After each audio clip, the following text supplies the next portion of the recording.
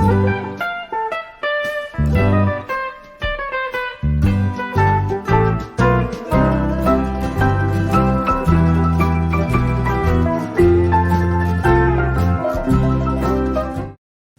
प्रश्न पहला हम देखते हैं। इसके अंतर्गत प्रश्न पहला है, देखिए, रिक्त स्थानों में उचित शब्द लिखो। तो प्रश्न पहला है इसमें, संत नामदेव रिक्त स्थान के परम भक्त थे। संत नामदेव यहाँ रिक्त स्थान है कि परम भक्त थे। तो इसमें से हमें खोजना है, ढूंढना है विट्ठल जी, राम जी, हनुमान जी। तो खोज करके हमें पुनः इसका उत्तर लिखना रहता है। तो देखिए, इस प्रश्न का उत्तर होगा संत नामदेव विट्ठल जी के परम भक्त थे। ये रिक्त स्थान, इसमें विट्ठल भरा गया है, तो उत्तर होगा संत नामदेव विट्ठल जी के परम भक्त थे। रिक्त स्थान भर के उसके नीचे ऐसे 2 लाइन खींच दी गई है।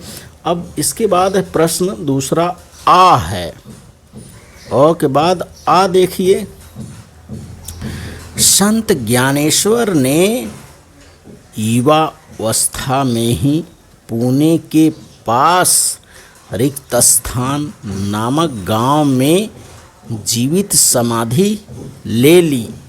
इस रिक्त स्थान में हमें भरना है कि संत ज्ञानेश्वर ने युवा अवस्था में ही पुणे के पास कौन से स्थान पे समाधि ले ली।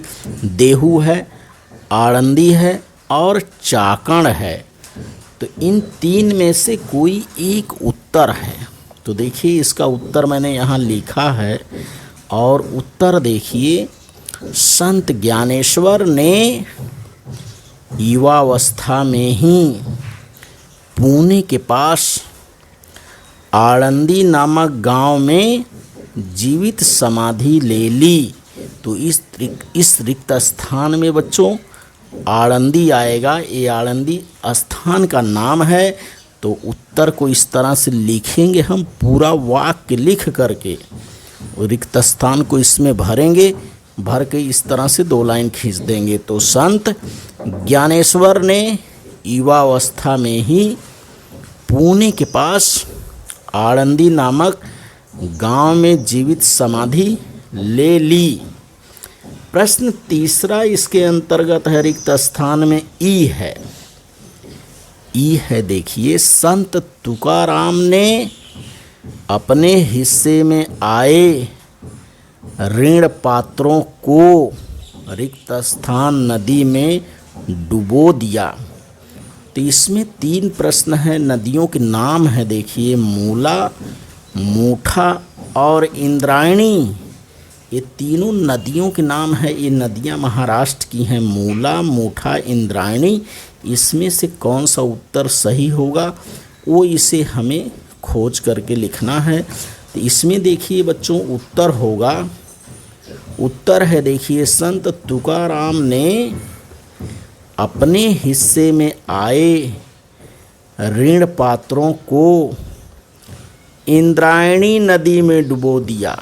रिक्त स्थान में इंद्रायणी शब्द आएगा तो वाक्य पूरा हमें लिखना है। संत तुकाराम ने अपने हिस्से में आए ऋण पात्रों को इंद्रायणी नदी में डुबो दिया। इसके बाद एक प्रश्न और है, देखिए, ई, छोटी ई के बाद बड़ी ई है। देखिए, शक्ति की उपासना के लिए समर्थ रामदास ने जगह जगह रिक्त स्थान के मंदिर बनवाए। कि शक्ति की उपासना के लिए समर्थ रामदास ने जगह जगह किसके मंदिर बनवाए? तो रिक्त स्थान में देखिए 3 शब्द है, हनुमान जी, राम जी और विट्ठल जी। तो हनुमान, राम और विट्ठल जी, इन 3 में से कोई एक उत्तर सही है। तो इसका सही उत्तर देखिए, शक्ति की उपासना के लिए समर्थ रामदास ने जगह जगह हनुमान जी के मंदिर बनवाए। उत्तर है इसमें रहेगा हनुमान जी। उत्तर को फिर से लिखना रहेगा हमें, पूरा वाक्य लिख करके रिक्त स्थान को भर के उसके नीचे 2 लाइन खींच देंगे तो हमें पता चल जाएगा सभी को कि ये रिक्त स्थान भरा गया है। तो शक्ति की उपासना के लिए समर्थ रामदास ने जगह जगह हनुमान जी के मंदिर बनवाए। स्वाध्याय के प्रश्नों के उत्तर के अंतर्गत प्रश्न दूसरा है, देखिए प्रत्येक प्रश्न का उत्तर एक एक वाक्य में लिखो। तो ये जो प्रश्न दिए गए हैं इनका उत्तर हमें एक एक वाक्यों में लिखना है। तो इसके अंतर्गत पहला प्रश्न अ है, श्री चक्रधर स्वामी को कौन सा भेदभाव मान्य नहीं था? श्री चक्रधर स्वामी को कौन सा भेदभाव मान्य नहीं था? यहाँ जो है प्रश्नवाचक चिन्ह रहेगा, ये गलत हो गया है। तो इसका उत्तर है बच्चों, देखिए उत्तर, श्री चक्रधर स्वामी को स्त्री पुरुष तथा जाति पाति जैसे भेदभाव मान्य नहीं थे। प्रश्न है, श्री चक्रधर स्वामी को कौन सा भेदभाव मान्य नहीं था? इसका उत्तर है, श्री चक्रधर स्वामी को स्त्री पुरुष तथा जाति पाति जैसे भेदभाव मान्य नहीं थे। और दूसरा प्रश्न है, देखिए इसके अंतर्गत बच्चों आ, संत नामदेव ने लोगों के मन में किस दृढ़ आस्था का निर्माण किया? प्रश्न को फिर से सुनिए, संत नामदेव ने लोगों के मन में किस दृढ़ आस्था का निर्माण किया? तो इसका उत्तर है, संत नामदेव ने लोगों के मन में धर्म रक्षा और शक्ति भाव की दृढ़ आस्था निर्माण किया। उत्तर है, देखिए संत नामदेव ने लोगों के मन में धर्म रक्षा और भक्ति भाव की दृढ़ आस्था निर्माण किया। और तीसरा प्रश्न है इसके अंतर्गत ई, संत एकनाथ ने लोगों को कौन सा उपदेश दिया? तीसरा है, संत एकनाथ ने लोगों को कौन सा उपदेश दिया? तो इसका उत्तर है बच्चों, देखिए संत एकनाथ ने लोगों को यह उपदेश दिया कि किसी भी प्रकार का ऊंच नीच का भेद मत मानो, गरीबों पिछड़ी जातियों को अपनाओ तथा प्राणी मात्र पर दया करो। संत एकनाथ ने लोगों को कौन सा उपदेश दिया? तो इसका उत्तर है बच्चों, उत्तर देखिए संत एकनाथ ने लोगों को यह उपदेश दिया कि किसी भी प्रकार का ऊंच नीच का भेदभाव मत मानो, गरीबों पिछड़ी जातियों को अपनाओ तथा प्राणी मात्र पर दया करो। और प्रश्न चौथा है इसके अंतर्गत, प्रश्न चौथा है बच्चों ई, समर्थ रामदास ने कौन सा उपदेश दिया? ई है, देखिए चौथा प्रश्न, समर्थ रामदास ने कौन सा उपदेश दिया? इसका उत्तर है, देखिए समर्थ रामदास ने लोगों को यह संदेश दिया, क्रांति में बड़ी शक्ति होती है और जो क्रांति करता है वह समर्थ होता है। प्रश्न फिर से देखिए, समर्थ रामदास ने कौन सा संदेश दिया? उत्तर है, देखिए समर्थ रामदास ने लोगों को यह संदेश दिया, क्रांति में बड़ी शक्ति होती है और जो क्रांति करता है वह समर्थ होता है। तो इस तरह से ये प्रत्येक प्रश्न का उत्तर हमने एक एक वाक्यों में लिखा है। इसका वाचन करिए और आगे के प्रश्नों को आगे देखते हैं हम कौन से प्रश्न हैं। प्रश्न तीसरा है, इसके अंतर्गत देखिए प्रश्न तीसरा हम ध्यान से देखते हैं। तो प्रश्न तीसरा है, 2-3 वाक्यों में उत्तर लिखो। ये जो प्रश्न दिया गया है आ है, इस प्रश्न का उत्तर 2 से 3 वाक्यों में लिखना है। पहला प्रश्न आ है, देखिए, संत ज्ञानेश्वर झोंपड़ी का दरवाज़ा बंद करके क्यों बैठ गए? प्रश्न है बच्चों, संत ज्ञानेश्वर झोंपड़ी का दरवाज़ा बंद करके क्यों बैठ गए हैं? तो इसका उत्तर है, देखिए संक्षेप में यहाँ लिखा गया है, संत ज्ञानेश्वर तथा उनके भाई बहनों को उस समय के सनातनी लोग सन्यासी के बच्चे कहकर प्रताड़ित करते थे। एक बार ज्ञानदेव भिक्षा की झोली लेकर गांव में गए, परंतु किसी ने उन्हें भिक्षा नहीं दी। सभी जगह उन्हें लोगों की जली कटी बातें सुनने को मिली।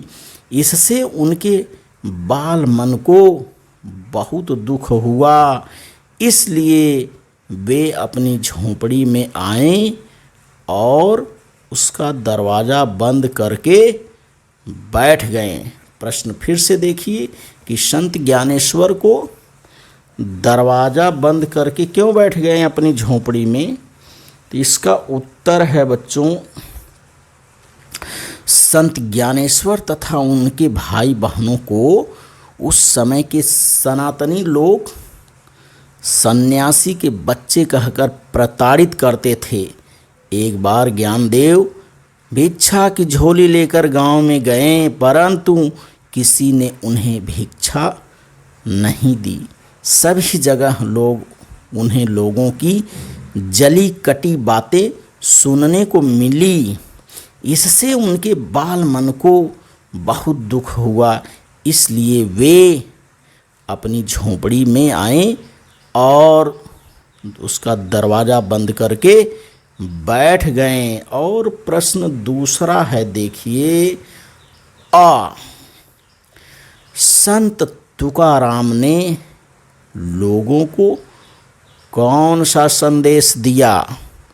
तो इसका उत्तर देखिए, संत तुकाराम ने लोगों को यह संदेश दिया, लोगों को दया, क्षमा और शांति की शिक्षा दी। दूसरा संदेश, लोगों को सनातन का पाठ पढ़ाया। और तीसरा संदेश, दुखी और पीड़ित लोगों को जो अपना समझता है वही सच्चा साधु है, उसी को ईश्वर समझना चाहिए, ऐसा संदेश उन्होंने लोगों को दिया। तो फिर से देखिए कि संत तुकाराम ने लोगों को कौन सा संदेश दिया? उत्तर है, संत तुकाराम ने लोगों को यह संदेश दिया। पहला देखिए, लोगों को दया, क्षमा और शांति की शिक्षा दी। दूसरा संदेश, लोगों को समानता का पाठ पढ़ाया।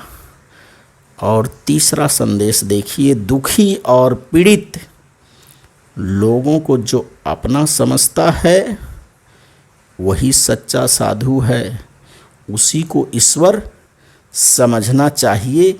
इस तरह का संदेश संत तुकाराम ने दिया। तो आपने इस पाठ के स्वाध्याय के प्रश्न के उत्तरों को देखा। अब हम चित्र देखते हैं। ये पहला चित्र जो है श्री चक्रधर स्वामी का है, और ये जो चित्र है देखिए, ये संत नामदेव का चित्र है, जो विट्ठल के परम भक्त थे। और इसके बाद एक चित्र और है इसके अंतर्गत, संत ज्ञानेश्वर। यह जो चित्र है यह संत ज्ञानेश्वर महाराज का चित्र है। और संत एकनाथ का चित्र देखिए, इस तरह से पुस्तक में दिया गया है। एक बच्चे को इस तरह से खिला रहे हैं गोद में लेकर के उठा के। और अगला चित्र आप सभी इससे परिचित हैं। यह चित्र जो है संत तुकाराम महाराज का है। संत तुकाराम महाराज जो आषाढ़ तथा कार्तिक महीने में पंढरपुर जाते थे और वे कीर्तन तथा अभंग रचते थे और गाकर लोगों को सुनाते थे। और अगले संत हैं जिनका चित्र पुस्तक में दिया गया है, समर्थ रामदास का ये चित्र है। समर्थ रामदास ने लोगों को संदेश दिया कि जो क्रांति करता है वह समर्थ होता है। और इन्होंने शक्ति की उपासना के लिए जगह जगह हनुमान जी के मंदिर को बनवाया। तो इस तरह से बच्चों, आप इस वीडियो के माध्यम से संतों के कार्य, इस पाठ के स्वाध्याय के प्रश्न को, उत्तरों को समझिए, उसका लेखन करिए, श्रवण करिए, वाचन करिए तथा संतों के कार्यों को और उनकी वाणी का अनुसरण करते हुए सच्चे मार्ग को अपनाइए, सद्भावना सद्विचार रखिए। और मेरे आगे आने वाले वीडियो के लिए आप मेरे इस चैनल को सब्सक्राइब करें, लाइक करें, शेयर करें, बेल आइकन को दबाएं। धन्यवाद सभी का।